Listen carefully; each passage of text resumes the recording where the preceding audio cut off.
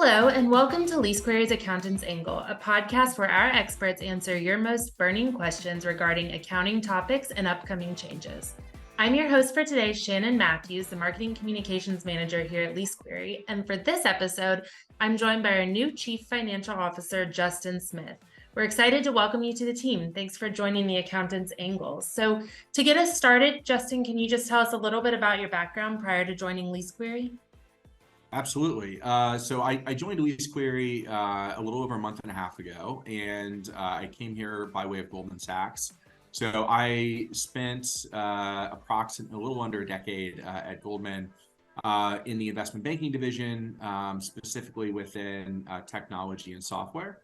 And while at Goldman, my role was to advise boards, C-level executives, and founders on some of the most transformative transactions they pursue, whether it's equity raises, debt raises, M&A, IPOs.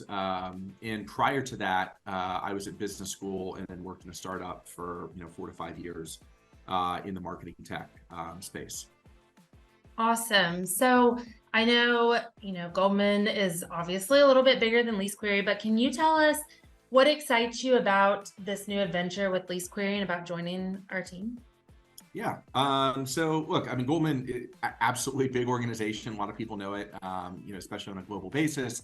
But my team at GS is specifically the technology and investment banking group. We were a few hundred large, and as I compare that to LeaseQuery, we have roughly 300 employees, and so there's a lot of size parallels between the two organizations. Another common thread that I've been really pleasantly surprised in is, like Goldman, I think LeaseQuery has a lot of people who are driven to succeed, and they want to have a high degree of impact both internally as well as externally with clients. And so I think when I found that common thread in another organization, plus one that's based in Atlanta, which is where I've been living for several years.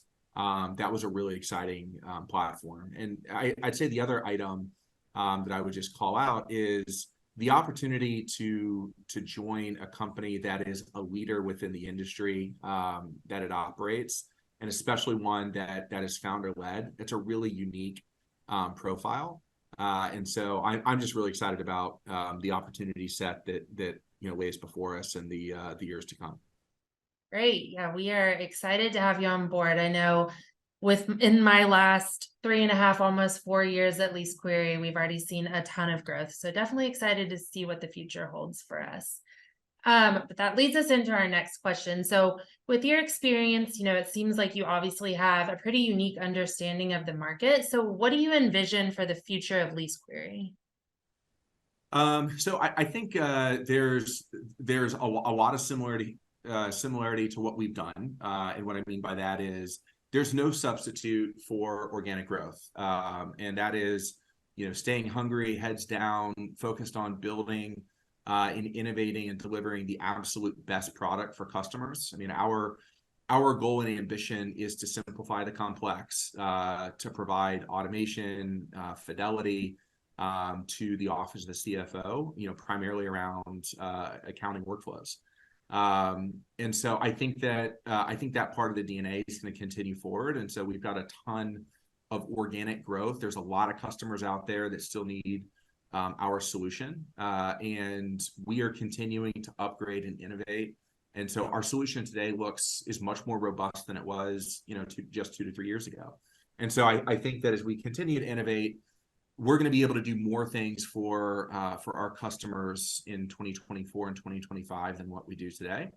I also think that there's some other areas where our customers are asking us, can we do some additional things for them? And so as we think about our strategic roadmap, I think there's some really interesting things that are still a little bit in the laboratory, so to speak.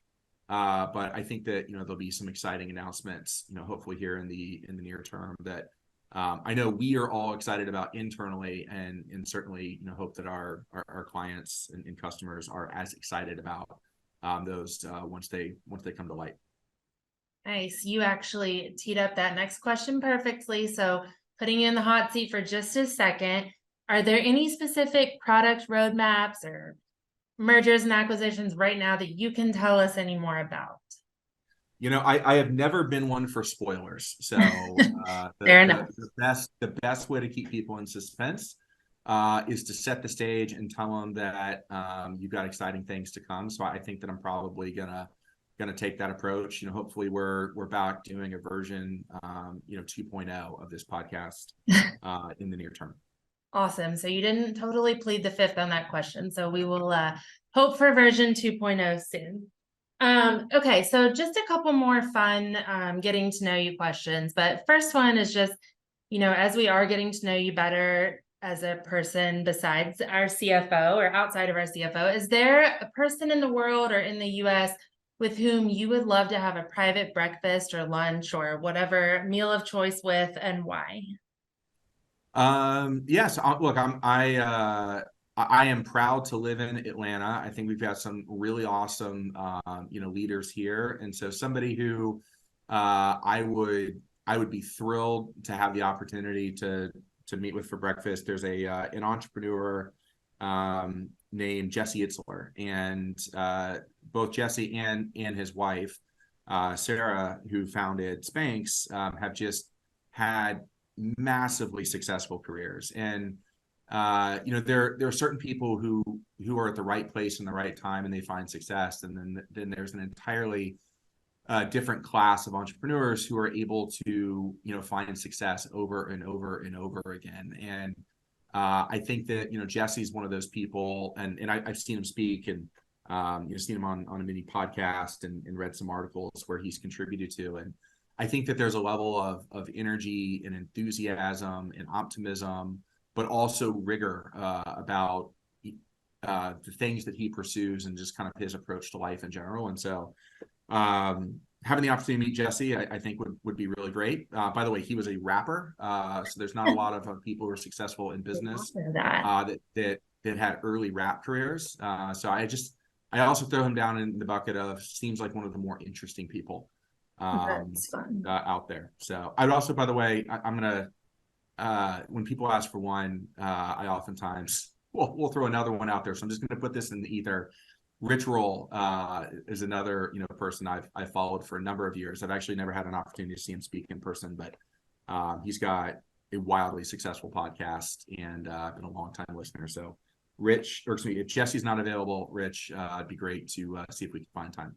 Nice. Yeah, funny you say Jesse, because I have followed he and Sarah forever, and Sarah Blakely is definitely at the top of my list. So we're just gonna tag team that and make that one happen. We're putting it out in the universe. Let's do it. Okay, so last question for you, and we have to ask. So other than the accountant's angle, of course, because I know now that you're at LeaseQuery, you are a subscriber, but are there any specific books or podcasts or just any sort of some, like, I don't want to say self-help, but just something like professional development or just personal development piece that you recommend or subscribe to? Yeah, so I mentioned Rich Roll. He's got a podcast called the Rich Roll Podcast. I'm a huge fan of it because he has a lot of off the run guests that you may not see elsewhere, and it's part personal development, part kind of general psychology, and then again you hear from some guests that you don't see elsewhere. So I think the Rich Roll Podcast is a terrific resource. This is part entertainment, part information. Is the All In Podcast. So if you're not familiar with the All In Podcast, it's a group of individuals who've made more money than they need, and sit at the intersection of a lot of interesting trends, primarily within tech, and they've got a pretty colorful way of debating their thoughts and views. They've got a lot of really good recent ones, I think, around AI. And most interesting is that they have very different views on the way it should be rolled out, the way it should be regulated. So I think that's a topic that's important for all, and getting their perspective is I think that's pretty cool to have. And then there's another one There's a book called Can't Hurt Me. It's written by a guy named David Goggins. I'm going to throw this more into the personal development side, but former Navy SEAL, and his book, more than anything, what I take away from it is that there is a difference between when your kind of body gives out and when your mind gives out, and more often than not, it is the mind that goes first. And so psychology is just critically important to people's success. And so having conviction around goals and having grit to achieve them is a significant determinant of an individual's success. And so through the life story of David Goggins, I think he does a pretty good job of illustrating the power and importance of psychology and grit to success. Awesome. Thank you. And we will definitely put those recommendations in the show notes as well, so that any listeners can click on those links and get to the other podcasts. Well, that concludes today's episode of The Accountant's Angle. So please take some time to visit our website at LeaseQuery.com to learn more about our company and products and how we can help you with your future accounting needs. And thank you again, Justin, for being today's guest of honor. And thank you for our listeners for tuning in. Thanks, Shannon.